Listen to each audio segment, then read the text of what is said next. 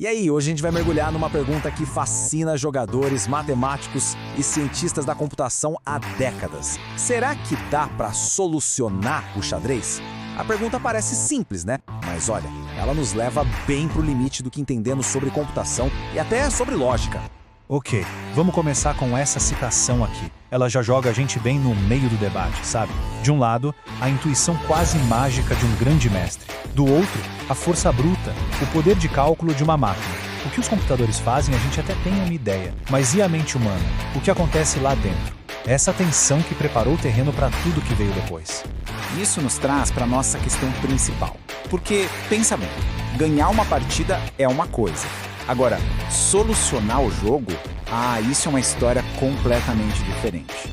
Significa saber o resultado de qualquer partida com jogadas perfeitas desde o primeiro movimento.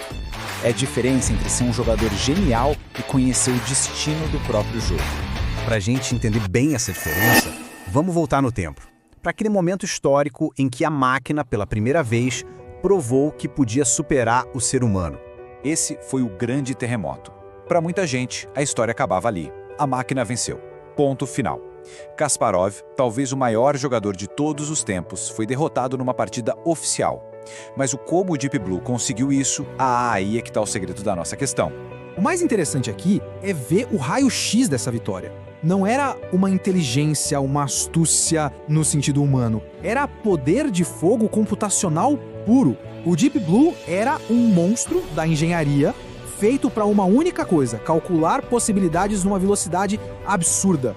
200 milhões de posições por segundo. Ele simplesmente enxergava mais longe e mais rápido do que qualquer pessoa jamais poderia sonhar.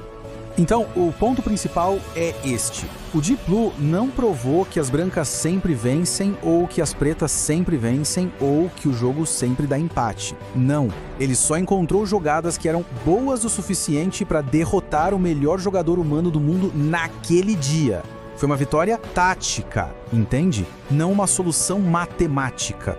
E para sacar por que uma solução é tão mais difícil, a gente precisa dar um zoom out. Mas um zoom out gigante. Não estamos mais olhando para uma única partida. Estamos olhando para o universo de todas as partidas possíveis. Décadas antes do Deep Blue, o pai da teoria da informação, Claude Shannon, fez a pergunta fundamental. Ele não queria saber como jogar bem. Ele queria saber qual é o tamanho do problema. Ele tentou basicamente desenhar um mapa de todo o universo do xadrez. E a resposta que ele estimou é, sinceramente, impossível de compreender. É o famoso número de Shannon. É o número 1 seguido por 120 zeros. E atenção, isso não é o número de posições, mas sim o número estimado de partidas únicas que podem acontecer.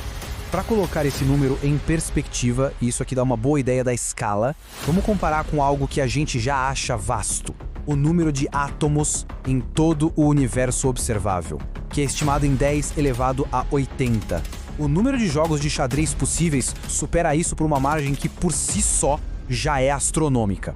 A implicação disso é clara e brutal. Não dá. Simplesmente não dá para construir um computador grande o suficiente para verificar cada jogo.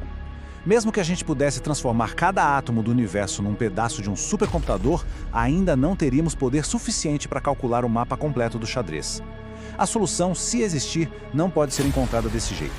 Certo. Se não dá para resolver na força bruta, talvez a gente consiga entender melhor a natureza fundamental do problema. E para fazer isso, os cientistas da computação usam um truque bem interessante. Eles generalizam o problema.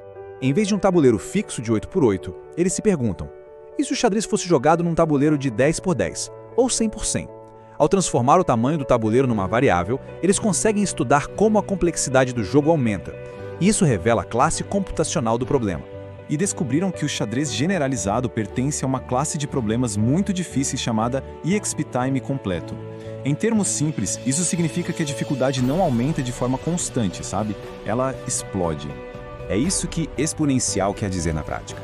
Passar de um tabuleiro 8x8 para um 9x9 não o torna um pouquinho mais difícil, torna ele ordens de magnitude mais difícil.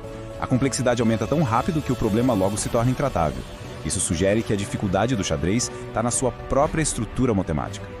Agora, vamos levar essa ideia de generalização ao seu extremo lógico. E se a gente removesse completamente as bordas? E se o jogo fosse jogado num tabuleiro infinito? Essa é uma pergunta bem específica. Não estamos perguntando sobre uma vitória geral, só sobre uma vitória dentro de um número fixo de lances. Pensa naqueles problemas de xadrez. Brancas jogam e dão mate em 3. Mesmo num tabuleiro infinito, será que dá para responder a essa pergunta? A resposta, surpreendentemente, é sim.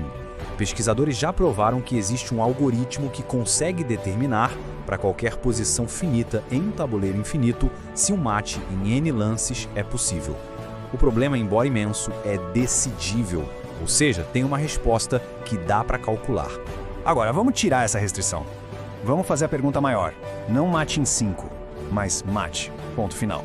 Existe um algoritmo que pode nos dizer se uma posição é uma vitória garantida, não importa quantos lances demore? E aqui, a gente chega numa fronteira vertiginosa. Esse problema mais geral pode ser indecidível. Isso não significa apenas que é difícil ou que ainda não descobrimos como.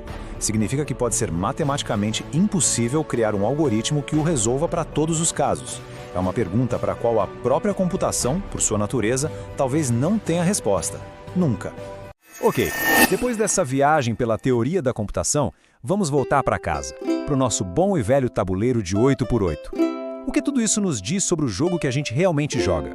Muito antes dos computadores, lá em 1913, Ernst Zermelo provou algo fundamental. Para qualquer jogo finito de informação perfeita, como o xadrez, uma estratégia perfeita tem que existir. O teorema garante que o xadrez não é um jogo de sorte ou de quem comete o último erro. Matematicamente, o jogo tem um resultado pré-determinado. Ou as brancas forçam uma vitória, ou as pretas forçam uma vitória, ou ambos podem forçar um empate. A solução existe. E aqui está o grande paradoxo. A gente sabe que uma solução existe, mas olha só o quão pouco do mapa nós realmente preenchemos. Usando computação massiva, solucionamos o jogo para qualquer posição com 7 ou menos peças no tabuleiro. E mesmo nesses cenários simplificados, a solução pode ser de uma complexidade impressionante. Um mate forçado que leva 549 lances para acontecer está além de qualquer compreensão humana. E isso nos deixa com a pergunta final. O teorema de Zermelo nos diz que a resposta está lá fora. O número de Shannon nos diz que não podemos encontrá-la por força bruta. A teoria da complexidade sugere que o problema é inerentemente difícil.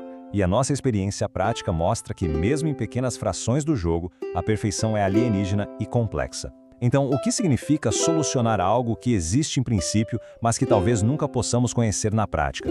Se a gente nunca puder encontrar a resposta, o jogo está realmente solucionado? Essa é a verdadeira questão do xadrez.